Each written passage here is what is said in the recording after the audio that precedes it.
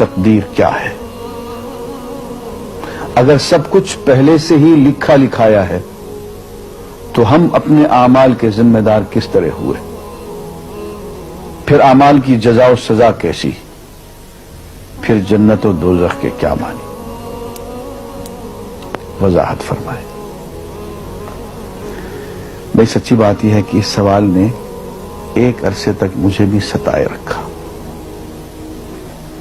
اور میں سوچتا رہا کہ اگر واقعی اللہ تعالیٰ نے پہلے سے ہی سب کچھ لکھ دیا ہے کہ میں اتنے بج کر اتنے منٹ میں بیٹھ کے یہاں پہ ایک لیکچر دوں گا، یہ تقریر کروں گا، اتنے بج کر اتنے منٹ میں نماز پڑھوں گا، اتنے بج کے اتنے منٹ میں فلاں کو گالی دوں گا، فلاں کو تھپڑ ماروں گا، یہ پہلے سے ایک میرا شیڈول مرتب ہے اللہ کے ہاں، لکھا لکھایا پروگرام چھپا چھپایا موجود ہے، میرا کیا قصور؟ تو لکھنے والے کا قصور ہے؟ بات تو خطرناک ہے نا، بات تو خطرناک ہے نا۔ تقدیر کیا ہے؟ عربی میں اس کے لیے ایک لفظ لکھا جاتا ہے دینی کتابوں میں، علم اللہ السابق، اللہ کا علم جو پہلے سے اسے حاصل ہے۔ اللہ کو معلوم ہے کہ آج میں اتنے بج کر اتنے منٹ پہ اپنی مرضی سے، اپنے ارادے سے، اپنی آزادی فکر اور آزادی عمل پہ، عمل سے کام لیتے ہوئے یہ کام کروں گا۔ اب بھائی کام تو میں اپنی مرضی سے کر رہا ہوں، اپنی آزادی سے، اپنے ارادے سے کر رہا ہوں، لیکن اتنی سی بات تو مانو کہ اللہ تعالیٰ علام الغیوب ہے، علیم بذات الصدور ہے۔ مجھے اپنے بارے میں پتہ نہیں ہے کہ کل 10:10 پہ میں کیا کروں گا، اس کو پتا ہے۔ مجھے اپنے بارے میں پتہ نہیں ہے کہ میں 10 سال کے بعد کہاں ہوں گا، کیا کر رہا ہوں گا، فلاں بج کے فلاں منٹ، اس کو پتا ہے۔ اس کو میرے آزادانہ، خود مختارانہ، فری ول کے ساتھ کیے ہوئے اعمال کا پتا ہے کہ میں اپنی مرضی سے، اپنے فری ول کے ساتھ، اپنے ارادے سے اتنے بج کر اتنے منٹ پہ کیا کروں گا۔ یہ اس نے اپنے ہاں لکھ رکھا ہے، اس لیے کہ اس کو پوری کائنات کا نظام چلانا ہے۔ اس کا علم جو ہے وہ صحیح ہے، لیکن اس کا علم میرے ارادے سے نہیں ٹکراتا ہے۔ یہ بات میں ایک مثال سے سمجھاؤں گا۔ میرے ساتھ ایک واقعہ پیش ہو گیا، اس دن مجھے تقدیر سمجھ میں آ گئی کہ ہوتی کیا ہے۔ 1971 کی بات ہے کہ یہاں اکاؤنٹنٹ جنرل آفس میں میں ڈپٹی اکاؤنٹنٹ جنرل تھا۔ اس زمانے میں ایک مشہور نجومی تھا شیخ صادق، یہاں قلعہ گزر سنگھ میں رہتا تھا۔ وہ پتہ نہیں بیچارہ زندہ ہے یا فوت ہو گیا۔ انہوں نے دروازہ کھولا، میرے کمرے میں آ گیا۔ کیا صاحب، ہم آپ کی خدمت کرنا چاہتے ہیں، ہم آپ کو مستقبل کے بارے میں کچھ بتانا چاہتے ہیں۔ میں نے کہا بھائی میرے پاس فضول باتوں کے لیے وقت نہیں ہے، میں علم نجوم وغیرہ کو، اس قسم کے یہ فضول باتوں کو میں نہیں مانتا ہوں، مشغول آدمی ہوں، ان چکروں میں مجھے مت ڈالو۔ انہوں نے کہا سر مجھے صرف 1 منٹ تو آپ دے دیں۔ میں نے کہا ہاں 1 منٹ دیتا ہوں۔ اس نے ایک بہت بڑا کاغذ میرے سامنے لکھا جس پہ 40 خانے بنے ہوئے تھے، 40 چیزوں کے نام لکھے ہوئے تھے، مختلف چیزوں کے نام، کتاب، قلم، اینک، کاپی، دوات، پینسل، میز، بادل، برکھا، مسجد، مندر، ایسی ایٹ رینڈم چیزوں کے نام، 40 چیزوں کے نام لکھے ہوئے تھے۔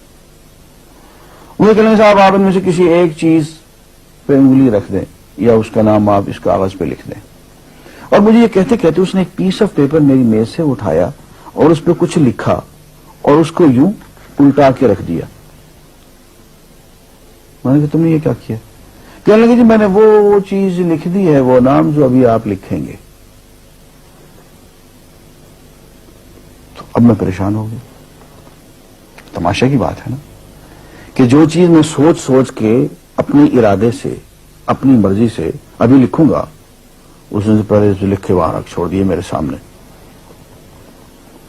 اب میں سوچ میں پڑ گیا کہ یار وہ چیز لکھوں جو اس نے نہ لکھی ہو۔ کبھی میں اس کا ارادہ کروں، کبھی اس کا ارادہ کروں، میں تنگ آ کے آخر میں نے کسی ایک چیز کو لکھ دیا، میری یہ ہے۔ اس نے جب وہ الٹایا تو وہ وہی چیز نکلی۔ اب پتہ نہیں یہ کیا چکر تھا اس کا، خدا ہی جانے۔ کوئی اس کا علم ہوگا، کوئی فن ہوگا، کوئی تک بازی ہوگی، تک بندی ہوگی کوئی.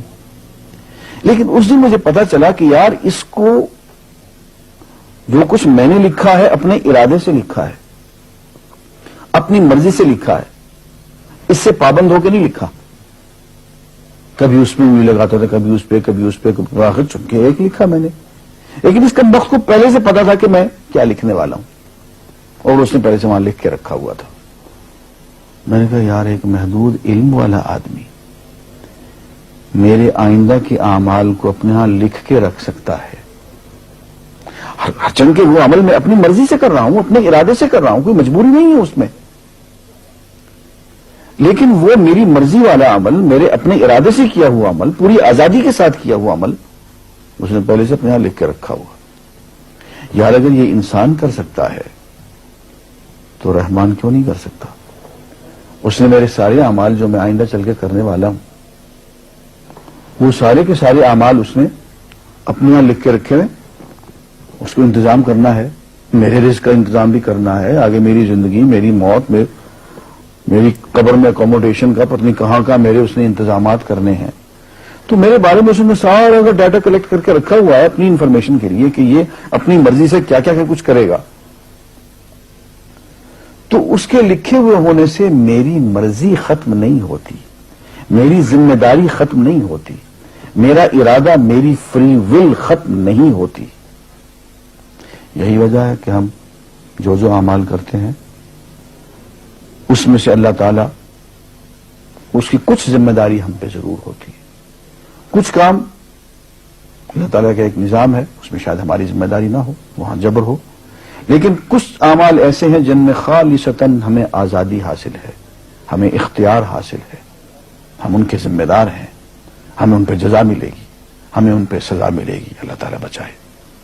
اور جزا ملے گی تو جنت ہوگی، سزا ملے گی تو دوزخ ہوگی. لیکن آزادی عمل اور ارادہ ضرور ہے. یہ الگ بات ہے کہ اللہ تعالیٰ کو پہلے سے ہی معلوم ہے کہ ہم اپنے ارادے سے اور اپنی آزادی اور اپنی مرضی سے ہم آج اور کل اور پرسوں اور سال بھر کے بعد اور 10-20 سال کے بعد ہم کیا کیا کریں گے اس کے ہاں لکھا ہوا ہے. وَعِندَهُ عِلْمُ الْكِتَابِ، اس کے ہاں سب کچھ لکھا ہوا ہے. لیکن ہم جو کرتے ہیں اپنے ارادے سے کرتے ہیں اور اس کے ذمہ دار ہیں. وآخر دعوانا الحمدللہ رب العالمین.